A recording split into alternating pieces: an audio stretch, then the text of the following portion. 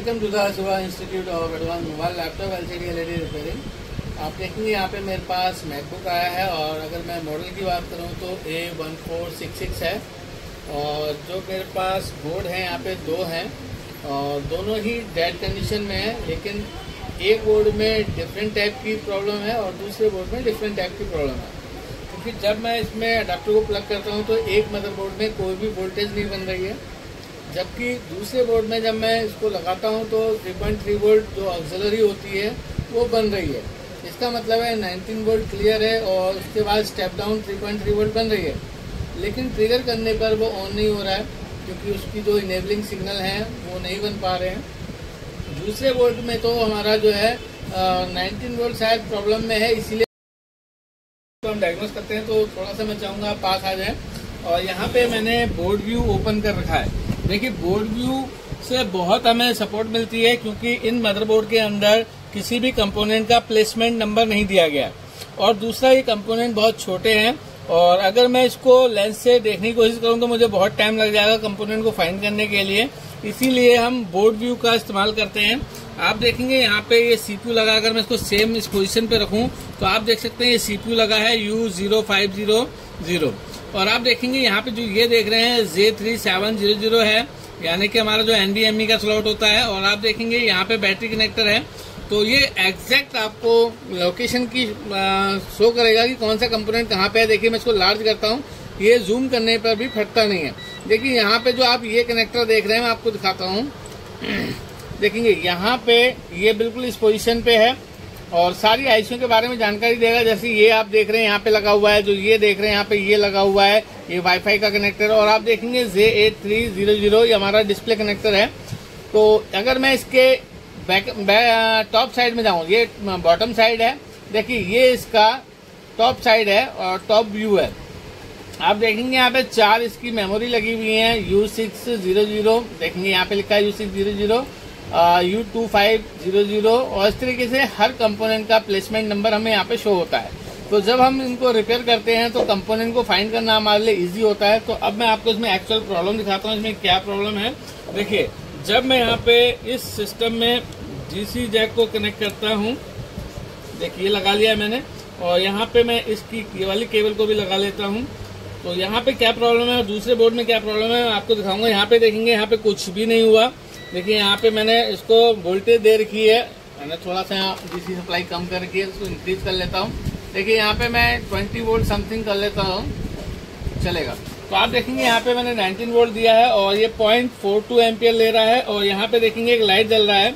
और जो ये तो आप देखेंगे सबसे पहला हमारा 3 वोल्ट की कॉइल पे 3.3 वोल्ट बनता है। देखिए यहाँ पे 3 वोल्ट बन रहा है, इसका मतलब मेरा स्टेप डाउन सेक्शन काम कर रहा है। जो आप ये कॉइल देख रहे हैं आप इसकी बैटरी चार्जिंग की कॉइल है। और आप देखेंगे यहाँ पे जो ये आईसी देख रहे हैं हमारी USB के लिए है, ठीक है। ये 5 वोल्ट हमारे USB के लिए होता है और जैसे ऑर्डिनरी लैपटॉप के अंदर भी USB और 5 वोल्ट के बीच में एक आईसी होती है जिससे हम USB को डिसेबल कर सकते हैं। तो ये वो आईसी है। तो अब बात आती है, देखिए यहाँ पे 3 वोल्ट तो बन रहा है, 5 वोल्ट हमारा जब सिस्टम ट्रिगर होगा तब बनेगा, ठीक है। और यहाँ पे लाइट भी जल रही है। अब मैं इसी सिस्टम को दूसरे बोर्ड में लगाता हूँ तो देखेंगे यहाँ पे 3 वोल्ट जो बननी चाहिए ऑक्सिलरी वाली वो नहीं बन रही है। तो इसको मैं प्लग कर लेता हूँ। देखिए यहाँ पे इसको मैंने प्लग कर लिया और इस बोर्ड में मैंने जो ट्रेसिंग करके देखा 5 वोल्ट वाला जो लाइन है वो शॉर्ट है, यानी कि जो 5 वोल्ट की कॉइल है वो शॉर्ट है। देखिए यहाँ पे लाइट नहीं जली और जो इसने 0.42 एम्पियर लिए थे वो भी नहीं लिए। अब आप देखेंगे यहाँ पे 3 वोल्ट की कॉइल में 3 वोल्ट नहीं बन रही। देखिए इस कॉइल में 3.3 वोल्ट बननी चाहिए थी जो कि नहीं बन रही है, ठीक है। तो ये हमारा ऑन भी नहीं होगा। यहाँ पे मैंने देखा था कि 5 वोल्ट वाली कॉइल में शॉर्टिंग है। देखिए यहाँ से मैं इसको डिस्कनेक्ट कर लेता हूँ और मल्टीमीटर को मैं B पॉइंट पे रखता हूँ। तो देखिए यहाँ पे जो मुझे प्रॉब्लम मिली इस बोर्ड के अंदर 5 वोल्ट की कॉइल में फुल्ली शॉर्टिंग है।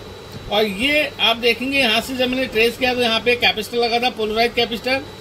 तो जब मैंने यहाँ पे 5 वोल्ट इंजेक्ट किया तो ये पोर्शन हीट हो रहा था, तो यहाँ से मैंने कैपेसिटर रिमूव करा, फिर भी मेरी शॉर्टिंग नहीं गई। तो यहाँ पे 5 वोल्ट की जो USB के लिए आईसी होती है, यानी कि इनेबल और डिसेबल के लिए, तो उस आईसी को भी मैंने रिमूव करा। उसके बाद भी आप देखेंगे मेरी 5 वोल्ट की कॉइल में शॉर्टिंग नहीं गई।